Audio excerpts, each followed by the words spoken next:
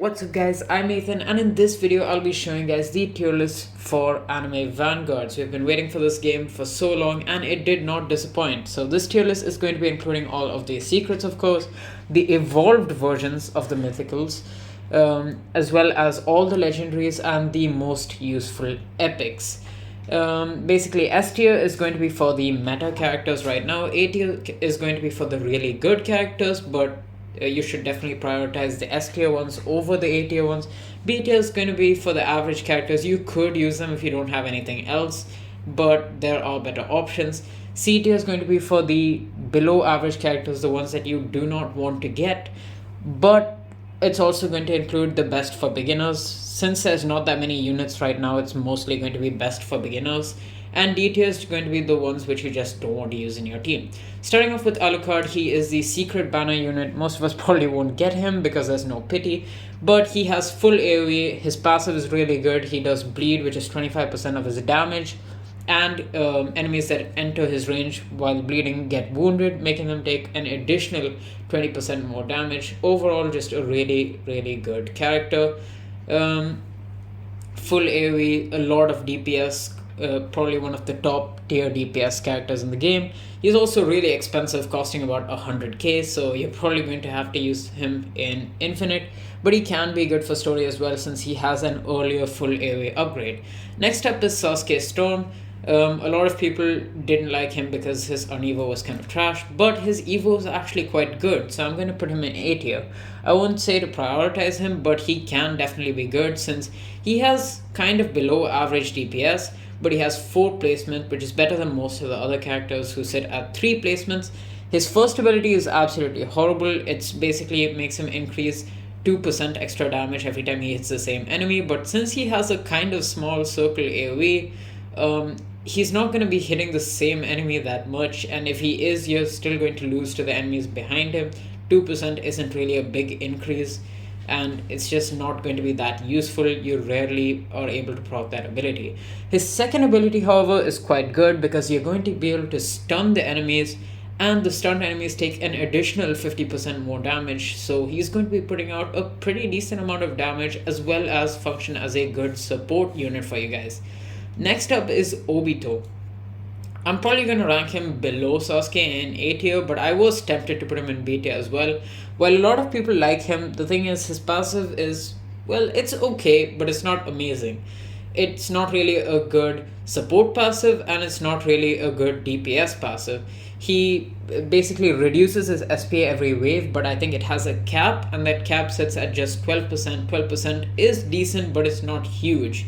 And he does burn damage for 30%, which is quite good, I guess, but he only has 3 placements and is somewhat expensive, costing around 88,000. Still, he's decent, but I personally wouldn't go for him. I'd just go for the S tier characters, which are not here right just yet. The next character is Vegeta, who's been kind of slept on because nobody really got him, and I only saw one showcase on this character. He's not amazing, but he is a pretty good raw damage character, and I would honestly rank him above Obito because he does put out a good amount of damage. Some of you might disagree, but basically his ability is kind of mediocre. It basically reduces his SPA by 20% if there's only other Vegetas in his range, which is actually better than Obito's first ability already, since Obito caps out at 12%, Vegeta is out here doing 20%.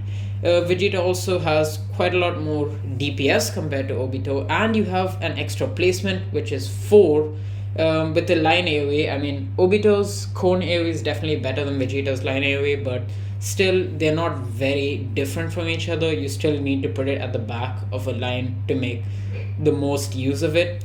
And he also does 100% extra damage if you're attacking one enemy. Honestly, that ability is kind of useless unless it's against a boss. If you're using him in Infinite, you're almost never going to be able to use the ability. But he does have a good DPS, which is why I'm leaving him right there. Sung Jin Woo, extremely expensive character. I believe he's the most expensive in the game, but he has a lot of abilities. Now, he probably has one of the highest DPS in the game, and he basically can buff himself up to 40% because he gains 0.1% damage every single kill. This is mostly going to be useful for you when you're in infinite mode and you're getting a lot of kills.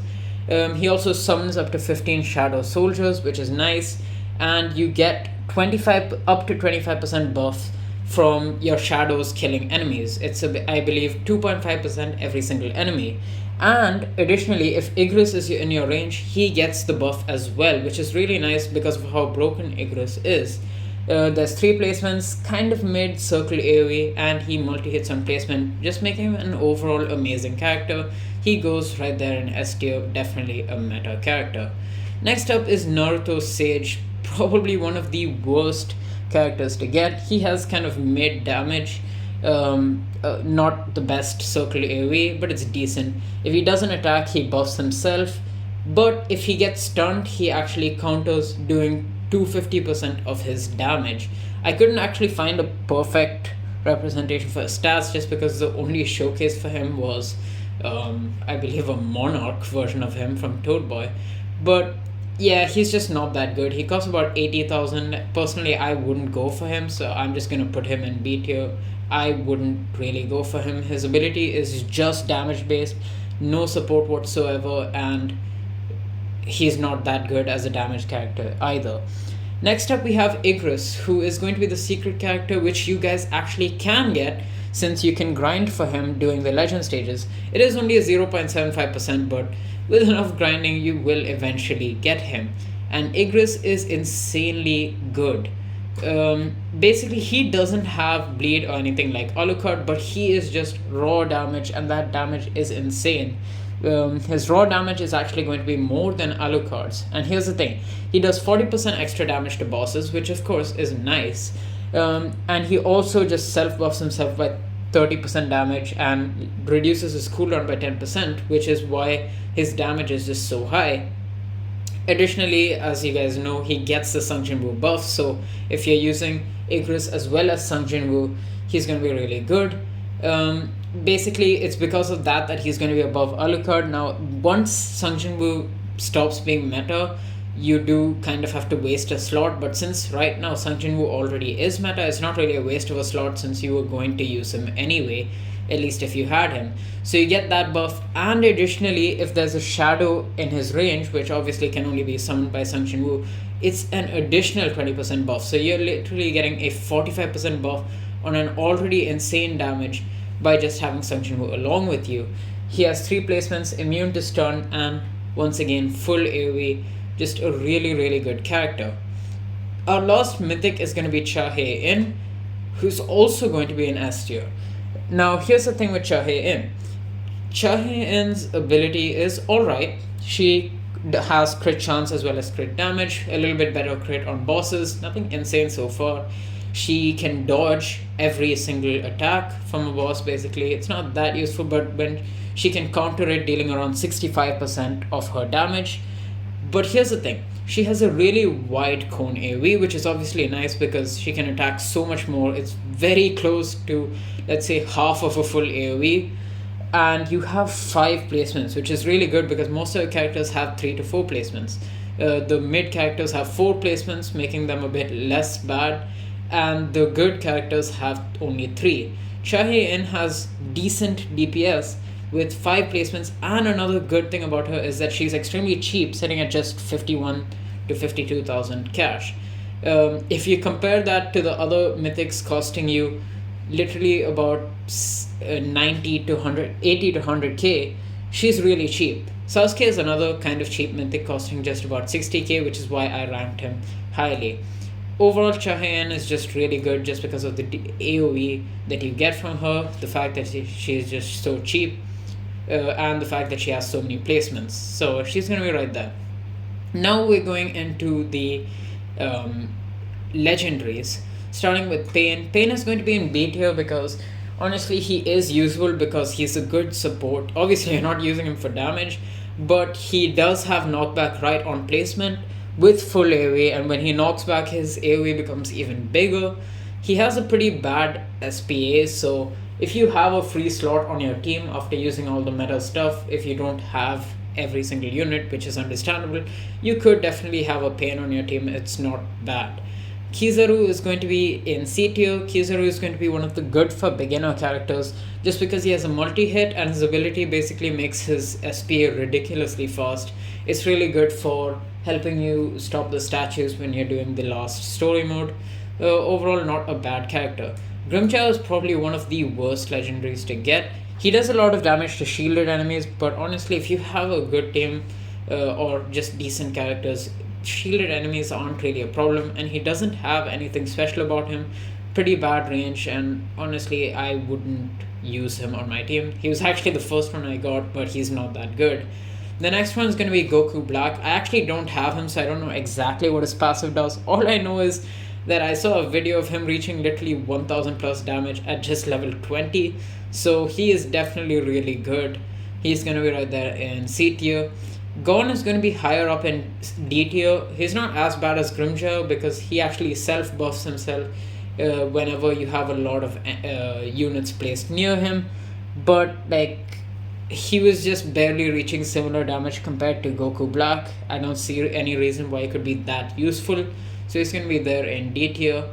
Itachi is alright. He's not as good as the others, but he did carry me initially. So he basically has his black flames. He does 25% of his damage with the flames, and he also deals 50% more damage to the burning enemies, which is pretty nice. You're getting overall pretty good DPS from him. Speedwagon obviously is S tier because you can't do a single run without having Speedwagon. He's the only money unit in the game right now. Absolutely essential. And lastly, we have Crocodile, who is going to be in B tier because once again, if you have a free slot, you could use him because he slows the enemies down. He could have some kind of usefulness just as a support. Naruto is obviously better damage wise, but if you have an extra slot, since you probably don't have mythics to fill every single slot of yours, you could use one of these characters. They're not too bad just to support your good characters. That's pretty much it for this video, so thank you guys for watching. Make sure to like and subscribe if you haven't already. If there's anything you disagree with, let me know in the comments. I will be replying to every single one of them, and I'll be making changes if necessary in the pinned comment, and I will catch you guys in the next video. See ya.